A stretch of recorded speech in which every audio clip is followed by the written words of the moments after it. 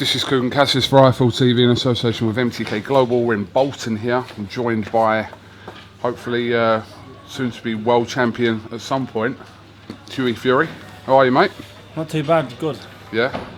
So you've got your date now, it's been announced. Obviously, you'll travel out to Bulgaria on the 27th of October to face Kubrat Pulev. So you're pleased that I know the date was always talked about, but it was announced at a press conference in Bulgaria that you were at recently. So you're pleased that that kind of bit's done. Yeah, like I say to you, the fight's been announced now, the date's set, and what we've got to do now is fight.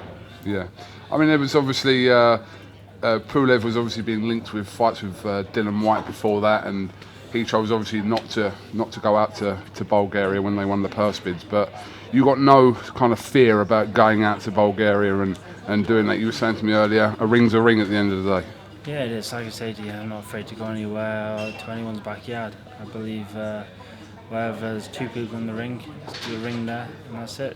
Best man wins.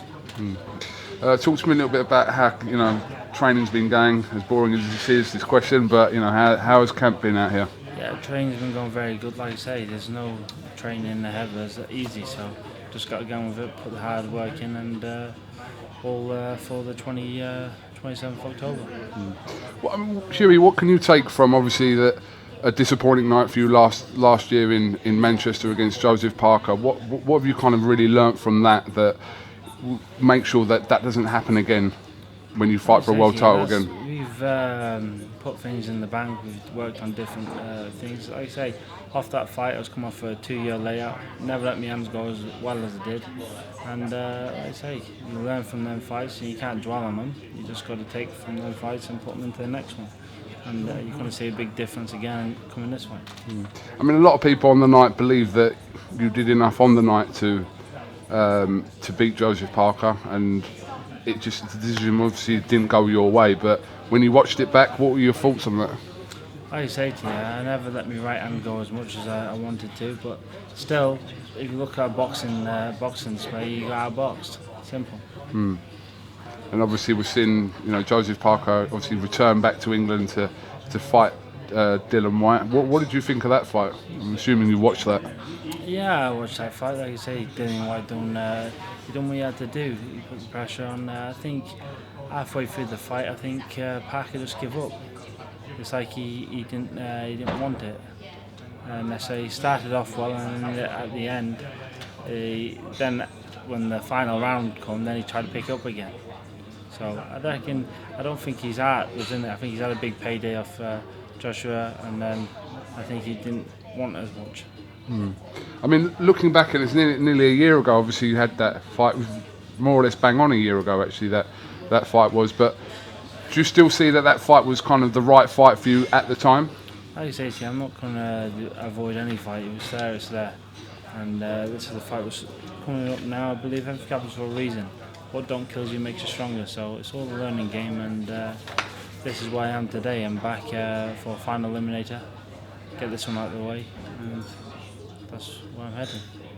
And then you'll be mandatory challenger to Anthony Joshua, who obviously has got a fight in a couple of weeks against Povetkin, but just coming through that, you'll be his mandatory challenger. Yeah, 100%. Listen, like I say to you, I'm getting this fight out of the way, and then after that, I don't care who I'm fighting or whatever. Like I say, I'm not afraid to fight anyone, and I'll deal with them. Who's in front of me then? How do you rate Pulev?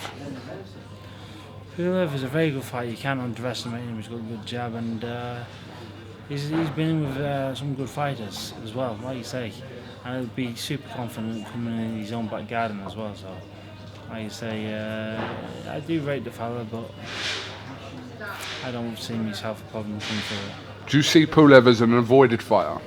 Yeah, 100%. Of course he's an avoided fighter. He's a very good fighter. If he wasn't avoided, the people wouldn't have turned him down.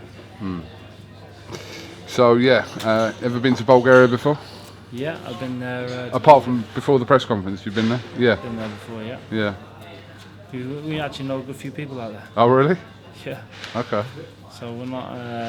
The area is not new to us. Yeah. Okay. That always helps when you're not going into a kind of a territory, obviously, that you're not familiar with.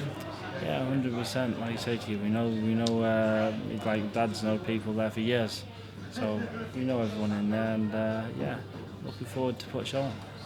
How do you think people are kind of seeing this on the outside? Do you think people are kind of looking at this and writing you off, or do you think that they're giving you a chance? I know it doesn't really matter to you either way what people think. I wouldn't care what anyone says or what people say. But listen, we'll see what they say after on the 27th of October.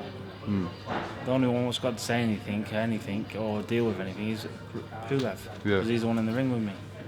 So he's the one that's got to watch out. You had the win over Sam Sexton in your last fight, obviously, which is obviously a great moment for you, getting that sort of British title. But we always knew there was something kind of bigger that was going to be in the horizon for from that fight. There, he was the only one who would take the fight. So for me coming back, that was the only fight that was available at the time.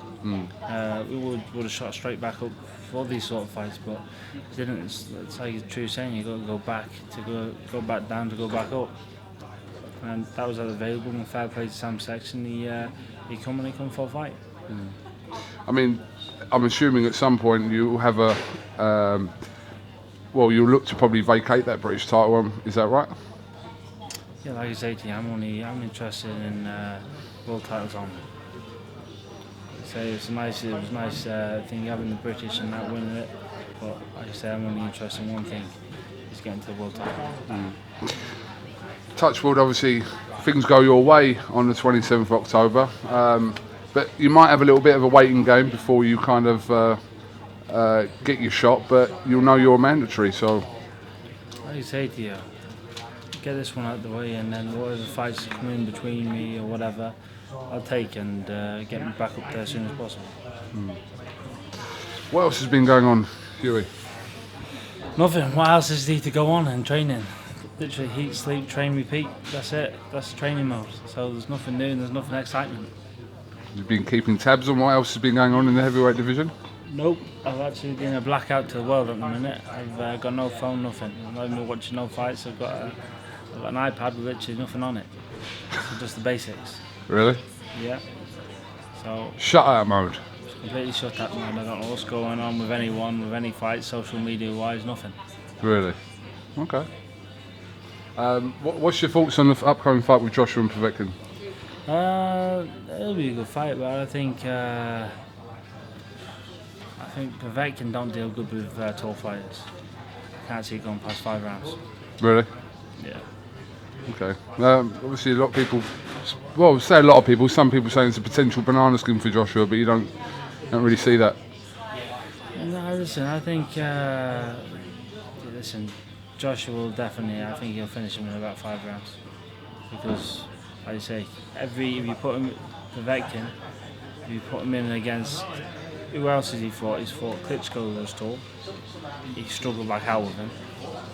David Price, he had a nightmare with. So, like I say, as soon as he gets hit properly as well, he's good night. So I can't see it going past 5 rounds. But you never know. One punch can turn it around. That's heavyweight boxing. Absolutely. But I mean, I've seen obviously some quotes from yourself saying that you're fully focused and you get this done on the 27th. You're coming for Joshua, no doubt. It's 100%. Like I say, whoever's got them belts, they're the fights what I want. And believe me, I will get through him, and then them belts will have to come sooner or later. But you're kind of putting yourself in the position by becoming mandatory where... Yeah, listen, you can't hide. I am mandatory position. That's it. Them belts have got to come sooner or later. That fight's got to happen. But one thing at a time. First of all, obviously... Like you say, first of all, I'm dealing with Pulev to his backyard, get him out the way, and then, like I say to you, see what happens after that. Definitely. Your thoughts on obviously your cousin and Deontay Wilder, hopefully facing each other this year? Yeah, like you say to you, hopefully he comes through that, and I wish Tyson all the best. Okay. Plan for the rest of the day, Hughie? It's like you say to you, always eat, sleep, rest, train, repeat again. Okay. All right, no problem. Hughie, thank you very much for giving us a little time today, and I said hopefully we'll be out in Bulgaria to see you win that eliminator and become mandatory challenger. Yeah, no, definitely. Whoever's holding the belts at the time. Exactly, so we'll see. No problem. Hughie Fury, thank you very much for talking to iFull TV, and we'll catch up with you soon. Thank you very much.